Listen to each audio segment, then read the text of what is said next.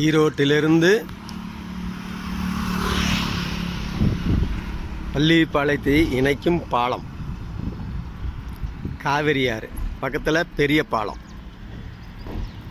காவிரி ஆறு சின்ன பாலத்திலேருந்து எடுத்துகிட்ருக்கேன். இதெல்லாம் பள்ளிப்பாளையம், காவிரி ஆறு, ஈரோடு கரை.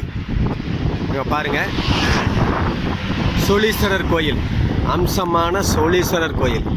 அதாவது தெற்கு காசின்னு கூட அதை சொல்லலாம். காவிரி கரையில் அமைந்திருக்கும் காசி விஸ்வநாதர் கோயில், சிவன் கோயில். காசியில் இருக்கிற அம்சம் இதில் அம்சம் அப்படியே இருக்கும். அதாவது சிவன் வடக்கிலிருந்து தெற்கு நோக்கி செல்லும் நதி மயானம், இது காசியில் அப்படியே அமைஞ்சிருக்கிற அம்சம்.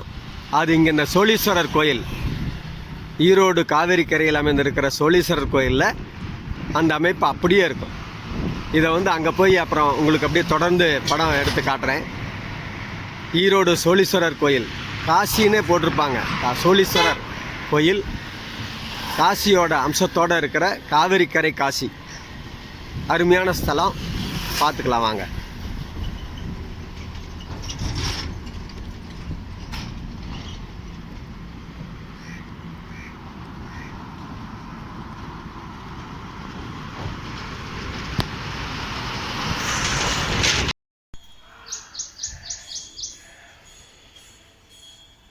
ஆற்று பாலம்,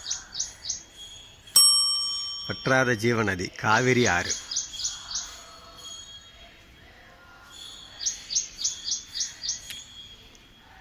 வடக்கிலிருந்து தெற்காக செல்லும் சிறப்பான அம்சம் கொண்ட இடம். பள்ளிப்பாளையம் அக்கறையில் பள்ளிப்பாளையம், இந்த கரையில் ஈரோடு. பாலம், 2 பாலங்கள், சிறிய பாலம் ஒன்று, பெரிய பாலம் ஒன்று இருக்குது. தூரத்தில் பேப்பர் மில் இதெல்லாம் தெரியும். அருமையான காட்சி.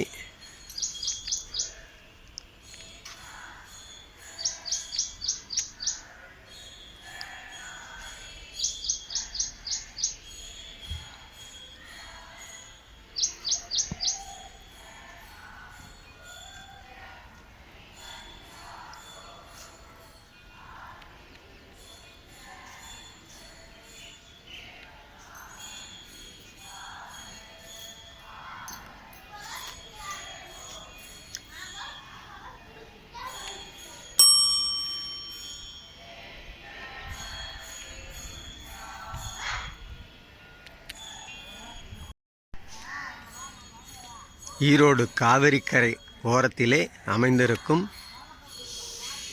கோயில்கள். காவிரி ஆறு,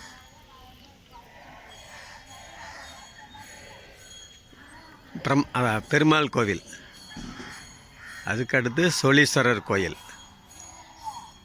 பாருங்கள்,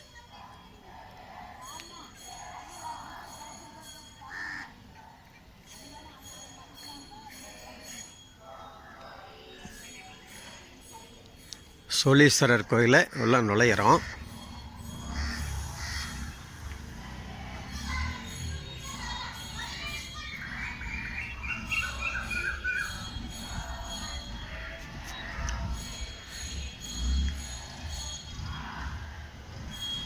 ஈரோடு கரையில் அமைஞ்சிருக்கிற சோழீஸ்வரர் கோயில். ஓம் எனும் சொல்ல அல்லல் பிறவி அறுப்பானே சோழீஸ்வரர்.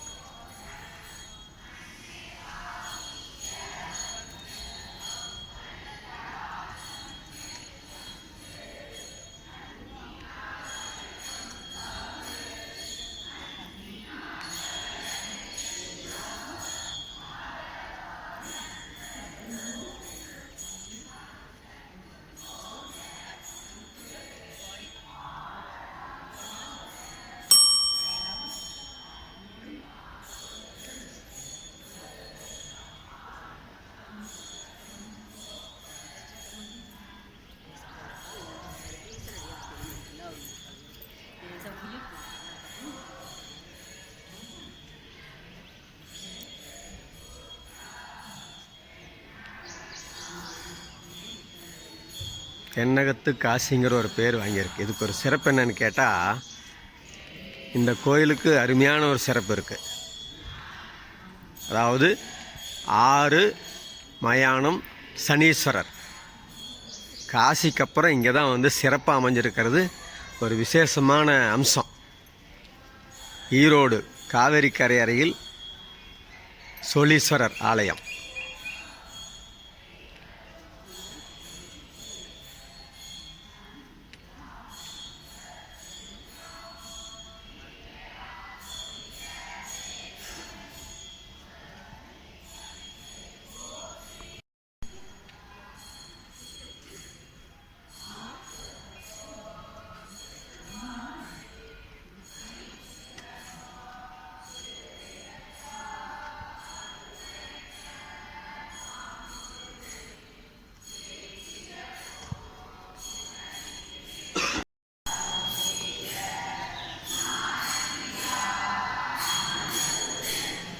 சிவன் கோயிலுக்குள்ளே சோழீஸ்வரர் கோயிலுக்குள்ளே நுழையிறோம்.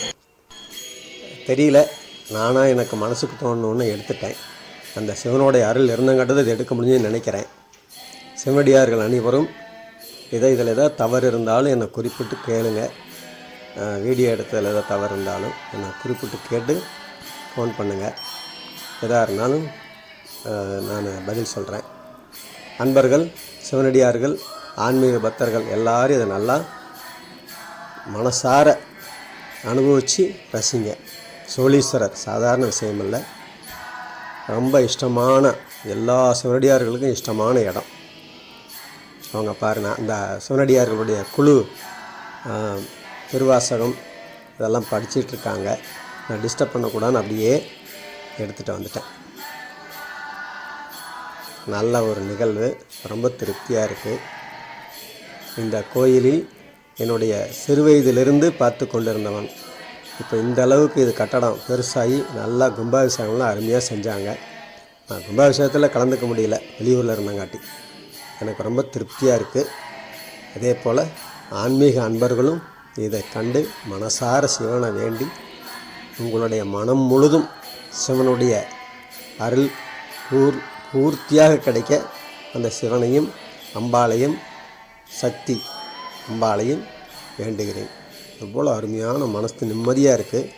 இதை காலையில் நேரத்தில் எடுத்து திடீர்னு தான் இதை எடுத்தேன். எனக்கு ரொம்ப சந்தோஷமாக இருக்குது. அன்பர்கள் இதை கண்டு நல்லா மனசார பிரார்த்திங்க.